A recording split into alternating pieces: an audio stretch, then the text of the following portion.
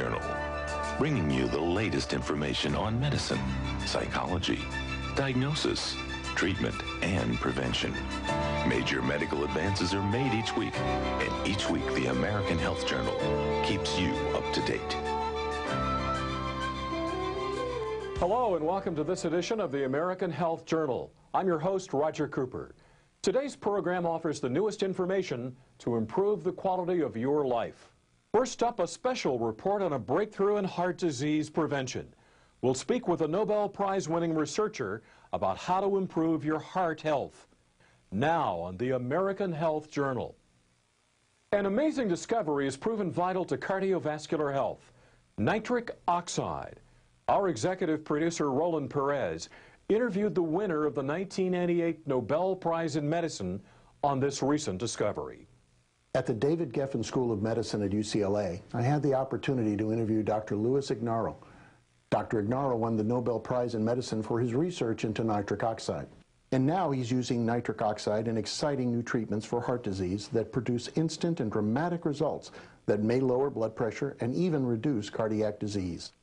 Nitric oxide was a molecule I wasn't studying until the late 1970s. My colleague who shared the Nobel Prize, Farid Murad, had discovered that nitric oxide could elevate the cellular levels of an important signaling molecule called cyclic GMP. And we became interested in how this might occur. We knew that drugs like nitroglycerin, which had been used since the days of Alfred Nobel 150 years ago to treat hypertension and treat heart pain, we knew the drug worked very well, but the mechanism of action was unknown. So we thought that perhaps the nitro part of nitroglycerin might somehow be converted in the body to nitric oxide. And so we did some key experiments, and we showed that nitroglycerin can be metabolized, if you will, to nitric oxide in the smooth muscle of the arteries. And we then showed that nitric oxide was the active principle responsible for the vasodilating action of the nitroglycerin. So this is how we first started to look at NO, because we suspected nitroglycerin might work through a nitric oxide mechanism. And what this led to, very simply, was the recognition that nitric oxide is such a potent vasodilator in the body, and we couldn't understand why our body would have receptors to interact with an outside chemical like nitric oxide, unless our bodies made nitric oxide, but we didn't know about it. So we set out on a 5-year project. It turned out to be 5 years to try to find and isolate a nitric oxide-like substance in the body. And that's when we discovered that the arteries, the endothelial cells of the arteries, actually make nitric oxide, the same nitric oxide that's generated from nitroglycerin. Once we meaning the scientific community, appreciated the protective effects of nitric oxide in the cardiovascular system, the question asked was, well, how can we stimulate our own nitric oxide production? So many drug companies set off, and they're still working on this, trying to develop prescription drugs for stimulating nitric oxide production. But after understanding the way nitric oxide is produced in the body, we had the idea that we could get by with non-prescription drugs, amino acids, antioxidants, and so on, to stimulate the production of nitric oxide. And what we found was that simple amino acids like arginine and like citrulline, when combined with certain antioxidants like vitamin C and vitamin E, when all of these are taken together, they can markedly boost the production of nitric oxide and also stabilize the nitric oxide, preventing it from being inactivated by those oxygen radicals that I was telling you about. So this is one very simple way to stimulate one's own nitric oxide production.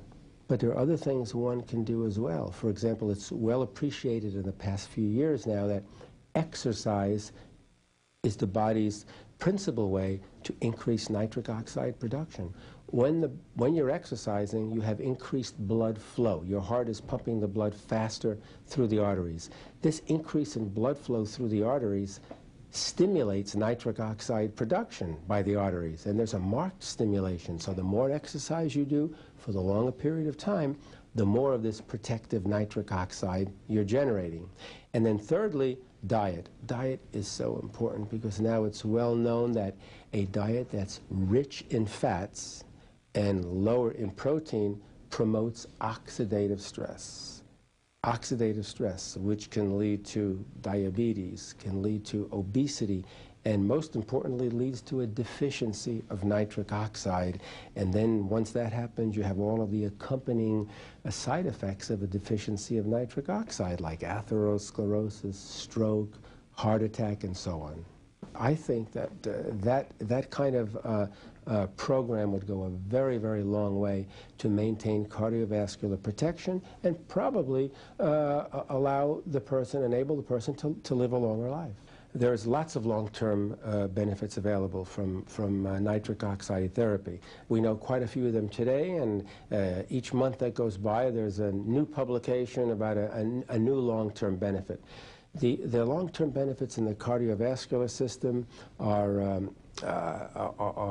very, very important. One would be to prevent an increase in blood pressure, or to lower the blood pressure once it's abnormally elevated. In other words, to treat hypertension, okay, to lower the blood pressure. Also, another long-term benefit would be to protect against the incidence of stroke and myocardial infarction. One of the things nitric oxide does is it subtly interferes with blood clotting. It doesn't just prevent blood clotting if you have an injury, but it does prevent unwanted blood clotting. Unwanted meaning you don't want blood clots to occur in the coronary artery to cause a myocardial infarction, and you don't want clots to occur in the cerebral arteries, which would cause a stroke. So when you have a normal, healthy endothelial layer in the arteries, the nitric oxide that's made will protect against the development of stroke and against myocardial infarction.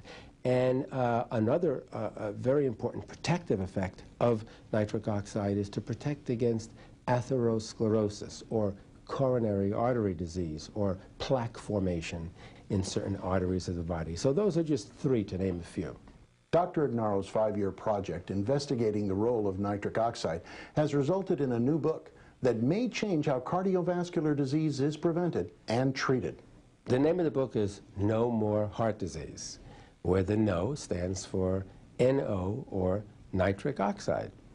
And I think the name is a good one because if a person is going to embark on and stay on a nitric oxide therapy, I think that, which would be a lifelong process, one would have very significant protection against cardiovascular disease.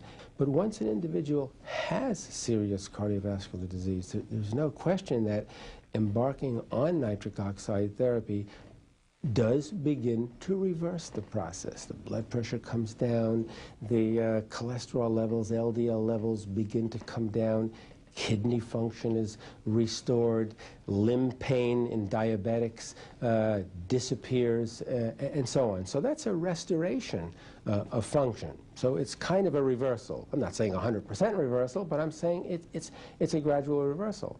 And of course, this has been going on only for 2 years or so. We don't know what's going to happen, 10 years from now. We essentially have just begun to scratch the surface, in my opinion, and in the opinion of the investigators working in this area. So there are many, many things to look forward to with regard to nitric oxide therapy and the possible prevention of other kinds of disorders outside the cardiovascular system. The main reason I wanted to write this book is very simple. I spent 30 years of my life doing research, making contributions to the discovery of a very important molecule, nitric oxide, that serves to protect the cardiovascular system against disease. Okay, put very simply, the lay public does not read the papers I publish in the scientific journals. How do I tell 2 billion people out there that this is what they should be doing to protect themselves against cardiovascular disease? And so one of the ideas was to try to write a book, a good book, perhaps a bestseller if I'm lucky. And perhaps with that as a start, I can begin to communicate with the people out there in the rest of the world to try to follow my plan for the development of cardiovascular protection and a longer life.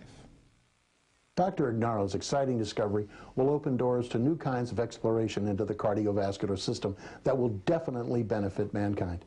If you have any questions regarding this interview, please call us at 800-303-3200. I'm Roland Perez for the American Health Journal.